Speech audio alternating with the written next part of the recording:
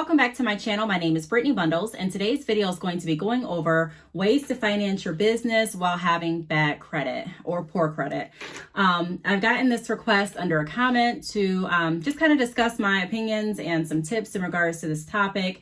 As you may know, if you are a subscriber on this channel or a frequent watcher on this channel, I do have experience in the financial industry. I was a loan officer for over 3 years, and that experience taught me so much in regards to building credit, debt to income ratio, the importance of on-time payments, building a savings account, and ultimately having good credit as well, because that is one of the, I don't want to say largest, but that is definitely a big factor that plays into finance options, whether you're looking at getting finance for a mortgage, a car loan, a signature / personal loan, credit cards, and things like that. I also want to say this before I start the video, that it is very important to build personal credit as well.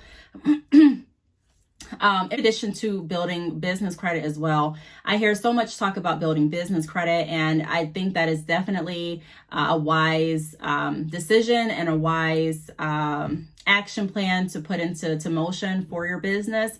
But I do want to say this: a lot of times it is challenging to get startup business loans. And if you are going to get a startup business loans, it's not uncommon for the lending institution that you're working with to pull your personal credit, and it's also not uncommon for them to look at your personal debt to income ratio. So it's really important to make sure that we're building up our personal credit for anything, not just for personal reasons, not just to get the car that you want, not just to be able to get a mortgage in the future, but also or refinance your home or get another mortgage, whatever the case may be. It's also very important to build credit for the sake of starting businesses as well, because it definitely can have a huge impact in the cash flow options and in the financing options that you have available. So if you are interested in this video, be sure to give it a big thumbs up. Please be sure to subscribe, and let's get right into the video. So the first tip that I have in financing your business with bad credit is capital advance options. Now, if you are interested in capital advance options for your business and you are making over $2,000 a month with your e-commerce business, feel free to reach out to me and I can go into details a little bit further. I'll put the email address across the screen. But I do want to say that if you are in business and you are looking for capital advance options, that is definitely an option that's pretty common for a lot of business owners. With capital advance options, the option that I'm referring to, I've made a whole video on it, and I also have more information, as I mentioned before. If you are interested, go ahead and email me, and I'll send you over more information via email. But this option gives you the ability to go through an approval process without any credit checks. So no one's looking at your credit, no one's pulling your credit. The way that you're approved is based on the overall sales of your business. So $2,000 a month for e-commerce businesses, and in business for over 6 months, I believe is the criteria. So there are ways and different companies that offer these advanced options where you can get financing, or you can get maybe a business credit card or different cash advance options. So maybe like a line of credit, maybe a lump sum of cash. Whatever the case that lending institution offers at the time, you'd be able to take the funds and maybe invest it into inventory or marketing or whatever the stipulations are. But that is very common in a lot of scenarios. So I do want to say this: if you are someone that is a business owner and you don't have great credit, one way to get financing would be to structure your business in a way where you're still moving forward and making income. I talk a lot on this channel about using what you currently have to get what you want. And so if you are wanting to build your credit, have more money to put into marketing, inventory, and things like that, I definitely recommend to get started now with what you have, work your way up, work on building your credit simultaneously, and then search around for different companies, different financing companies that are willing to work with business owners based off of the business success and not based off of the credit score, because there are a lot of businesses out there that will do so. You will have to do your research and see which finance institution is going to work best for you, depending on your location, depending on the business that you're currently in, depending on their stipulations, depending on what you're looking for funding for. So that is definitely a way to get financing for your business, or one way to get financing for your business without pulling your credit. So if you have bad credit or poor credit, whatever, however you want to classify it, it wouldn't work against you. You'd still be able to potentially get capital advance options and ultimately money to invest into your business. Ultimately, lenders are looking for a number of different factors to decide if they are going to move forward with the approval process. And if they're not looking at your credit score, then they are going to more than likely look at the overall health of your business. And so just keep that in mind when you are looking at obtaining different financing or capital advance options for your business and your credit is not being pulled. They are going to want to see more than likely some proof that you are able to generate income from your business and actually be able to pay back the funds that they are advancing or loaning out. Another option is PayPal working capital. I've created another video on this channel regarding PayPal working capital as well. So I'll try to find those videos and link it below. But if not, feel free to go up to the search bar and type in PayPal working capital Brittney bundles and that video should come up. But PayPal working capital is another option that you can go through. Now, I'm not sure if they do a hard credit check or not. I don't believe that they do. I go through so many different policies and stipulations that sometimes I honestly forget without going back to look at it again. So let's see, PayPal working capital credit check. Do they do a credit check? Okay, so PayPal working capital is based on your PayPal sales history. So you receive an amount that fits your business. There's no credit check when you apply. So I was pretty confident that there wasn't a credit check. That's why I put it down, but I wanted to double check. It's been a long day, believe it or not.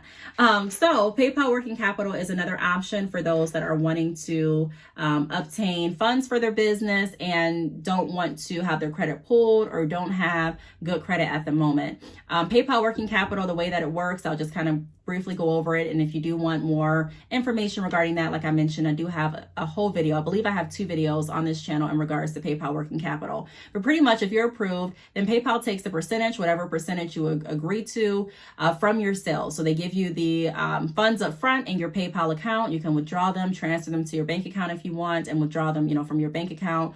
You can opt in for a PayPal card and be able to use your PayPal business card to withdraw the funds. I mean, you can purchase different things online and use your PayPal account for the funds to be withdrawn from. There's a few different ways that you can actually get the funds that they allot you. And then, like I said, the way that they get their cut back is they take a percentage from each of your orders. Now, I think that this is a great option, especially if you are using PayPal. And I think this is a good option for those that are not using PayPal, that are considering advancing their business, or that are considering expanding, or anyone that's just considering or needing extra income for their business. Even if you don't need extra income at this point, you never know what the future holds. I wouldn't necessarily recommend doing the PayPal working capital option if you don't know what you're going to use the funds for. I recommend you having a plan, but feel free to do what works best for you. But I would say that this is another reason why I do recommend a lot of e-commerce stores use PayPal. Even if you're using other payment methods in between, it's always good to have an option. It's always good to have multiple options as to how you're going to obtain funding for your business if you need to. In my opinion, I never want anyone to be in a position where you have this business running and you cannot continue to run the business because of a lack of funding. So although things may seem great at this point, and although you may be saying, look, I have enough cash on hand, look, my credit's good at this point, look, I don't really need to have any other options right now, you never know what the future holds. Working in the financial industry, I would definitely have members that would come in, their credit score would have been like a 820 or 805 the year prior, and then they would come in and their credit score would be extremely lower due to something that they experienced, whether they were helping out a friend or family member, whether they lost their job unexpectedly, or something happened, and so you never want to put yourself in a position where if something happened, you don't have too many fallback options. So even if you're in a good position, consider using PayPal, not only for the security measures that PayPal provides, because I've made multiple videos on this channel as well as to why I use PayPal before I even knew that they were offering PayPal Capital. But it's definitely worth using, not just for the protection and the fairness that PayPal offers. And for the record keeping that PayPal offers, I mean, I can go on for days about PayPal. Those that are subscribed to my channel know exactly what I mean, because like I said, I've made tons of videos about PayPal. But it's also good to get in the practice of using PayPal. That way PayPal can see your sales history, your transaction history. And if you needed to obtain funds through PayPal Capital without pulling your credit, or if you had bad credit, that would definitely be an option to you. So PayPal credit is the second option that I have listed in my notes. Now, the third option is a collateralized loan. Like I mentioned in the beginning of the video, it is challenging a lot of times to get a startup business loan, especially if your credit is not, if your credit isn't good. So another option would be a collateralized loan. We would have people that would come into the credit union when I was working there, and they would need funds for different things. They may need funds for marketing, or they may need funds for a certain vehicle that they wanted to purchase for their business. And if they weren't going to go the option of doing a business loan, then we had other options that we could help with as well. And so some people would come in and they would look at just a personal loan for maybe marketing expenses. And if the personal loan wasn't approved because their credit was less than the qualifications or the guidelines that we were looking at that point, and their debt to income wasn't where it needed to be to get approved through the underwriters, and let's say we looked at their history with the credit union and it really wasn't much history there, and the loan was denied, another option sometimes that the underwriters would come back with would be collateralizing the loan, meaning adding on a auto, so like a car or truck, adding on a home if your home was paid off, adding on an RV that had good equity in it, or a boat or something like that. So another option would be to collateralize the loan if your credit isn't in a position where you can get approved through a personal loan or a signature loan for whatever you're needing to get approved for at that time. Another benefit in doing a collateralized loan is the lower interest rate. Typically, if you're looking at a collateralized loan, the interest rate is a lot lower than it would have been if you go through a personal signature loan. Signature loans always, in my experience working through the financial industry, and every financial industry, or every financial institution, I should say, is different. They have different interest rates, different qualifications, different criteria, different approval and denial processes. I mean, it's different. However, like I said, from my experience and when I was working through the credit union, most of the interest rates for signature loans, personal loans, were always higher because it's a higher risk than a collateralized loan. And the reason that it's a higher risk is because if you decide to default on that loan or not pay the loan, or if you miss payments, there's nothing that we can, I don't want to say there's nothing that we could do, but there's no, with a car, with a collateralized loan, if you don't make your payments, the credit union or the bank that you went through to get approved can repossess the vehicle and sell that vehicle through an auction and get some of the money back, if not all of the money back, to pay off the loan. With a personal loan or a signature loan, there is nothing tangible that we can collect to resell. And when I'm saying we can, I'm referring to when I was in the financial industry. But there was nothing that we could, I guess that's a better wording. There's nothing that we could, actually come in and take to be able to recover that balance on the loan. So it's a higher risk. Therefore, a lot of times, it would be a higher interest rate. So it is definitely a benefit to look into collateralizing your loans, even if you do have good credit. And you're like, look, that would have people that would come into the credit union too with great credit and would be like, look, I want a lower interest rate, so can I add on my car, one of my cars that I've paid off that has enough equity, that's still in good shape, to drop down this interest rate. And depending on what the underwriter says, it could definitely be approved. So that is another option that you would potentially be able to get approved for funding, even though your credit isn't necessarily good. The fourth tip or fourth point that I have on my notes is co-signer. So co-signing is always another option if you are looking at getting financing or funded through an institution. But I would say this, when you are looking at having someone co-sign on the loan, you do want to make sure, in my opinion, I really would stress to really have a clear plan as to what you are planning to use the funds for. I would personally want to let the person know who's co-signing on the loan for me what the funds are for. And I would really want to have a clear plan of how I plan to pay it back and how soon I plan to pay it back, because that's just me. Those are some of the things that I would just want to have mapped out. So you do want to make sure that you are very conscious of who you're adding to your loan application.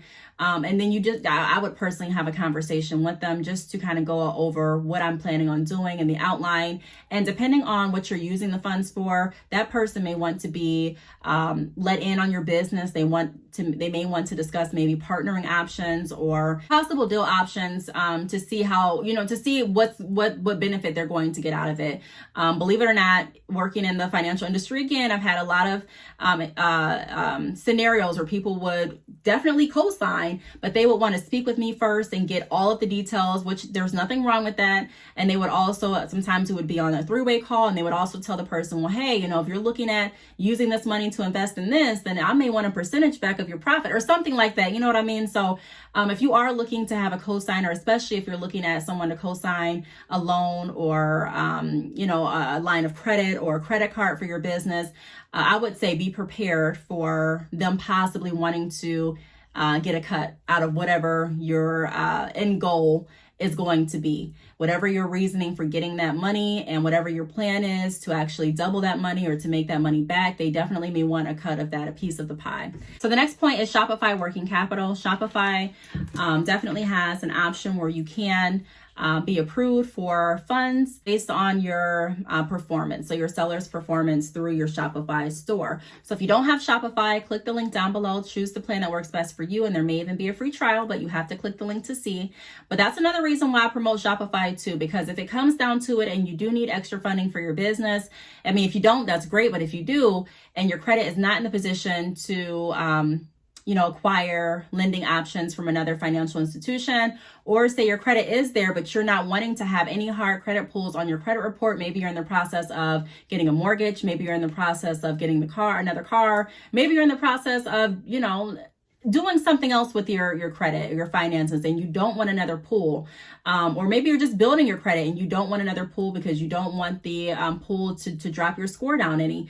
This is definitely another option. So Shopify looks at your history and they can approve you based on that. And it's similar to PayPal working capital in the aspect that they take a percentage from your orders in order to pay back that Shopify capital. So I think that's a good option as well for those that have got their business up and running, generating orders, and are needing extra funding. Like I said in the beginning of the video too, if you don't have good credit, if you're not bringing that to the plate, then something else that the lenders can look for if you are looking for business funds is the performance of your business, the performance of your website, the performance of your sales. So it's really important to, like I said before, use what you have to kind of get what you want.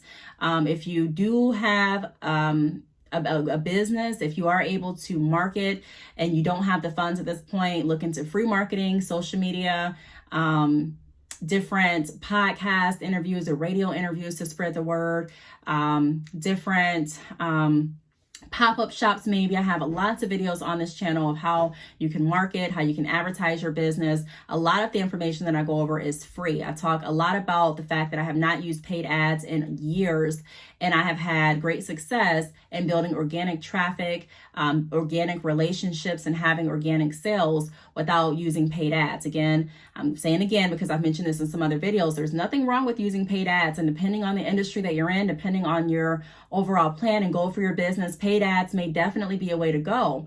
However, if you don't have the funding to do that at this point, like I said, use what you have to get what you want. Use your orders, use the sales that you have, and that will give you or open up the doors to other possibilities as far as getting financed without having your credit pulled. So that would be another option. Shopify working capital, or Shopify Capitals, I believe that's what it's called. And then from my experience, if you are looking at getting approved for Shopify Capital, if you go into your Shopify store, like the back end, the dashboard, typically if you are able to receive any funding through Shopify Capital, it will give you the options right there through the back end of your store. I think that it's still available through my online store, so I'll try to take a screenshot and insert it here in the video someplace. But I like the way that they do that. There's really not much you have to do. I mean, you don't have to really call and sit on the phone for hours. You don't have to provide lots of documents. You know, they go off of the sales history of your store. And then the last thing that I have put on this list is Square. Now, I have never used Square. I don't have experience using Square. However, on my podcast, which is the Brittney Bundles podcast, I had a guest on, and she explained how there are options to receive capital. I don't know if they're capital advances or if they're actually loans, or if it's similar to what PayPal and Shopify offers through their capital options.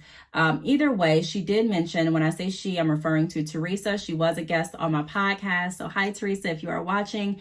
If you want to hear that episode that she explained the different Square options for advanced options or financing options, I will find that podcast episode and link it down below this video. That way you can listen and hear exactly what she had, the information that she had to provide. But she did talk about and touch on the fact that Square goes off of your store history as well, and there may be potential funding options through Square too. Now, again, I don't have any experience using Square, so I'm not going to really dive deep into it. And I did not do any research on Square, but that is something that I learned through someone that's in my community of resources. And I'm so thankful that she was on the podcast to share that information. So if you are interested, again, I'm going to link that podcast down below. In the podcast, she also goes over how you can contact her. So if you have any questions, you can definitely reach out to her and learn more about her experience using Square. And you know, the options that Square possibly has available, and then you can also research on your own too. But those are just some ways that you can finance your business with bad credit. I really hope that this video helped. Ultimately, I would recommend, like I said before, everyone use what they have to get what you want. But in the meantime, definitely focus on getting your credit up. Even though, you know, you may not see why you may need credit at this point, and you may not need to use your credit at this point, it's still great to have credit just in case. It's still great to have credit in order to be able to have options. You know, if you want to take a loan out, if you want to invest into another business, if you want to have funds to start, I don't know, whatever it is you may want to do, it would be an option. So credit is definitely great to have, whether you are in business or whether you're not. Even if you're someone that is not in business now and you're thinking about possibly starting a business years from now, start building your credit now, even though you may not feel like you need it. But just trust me, build your credit now. I don't think that you'll regret it. So if you have any questions, feel free to leave them down below. Thanks so much for watching, and I'll see you all in the next video. Bye.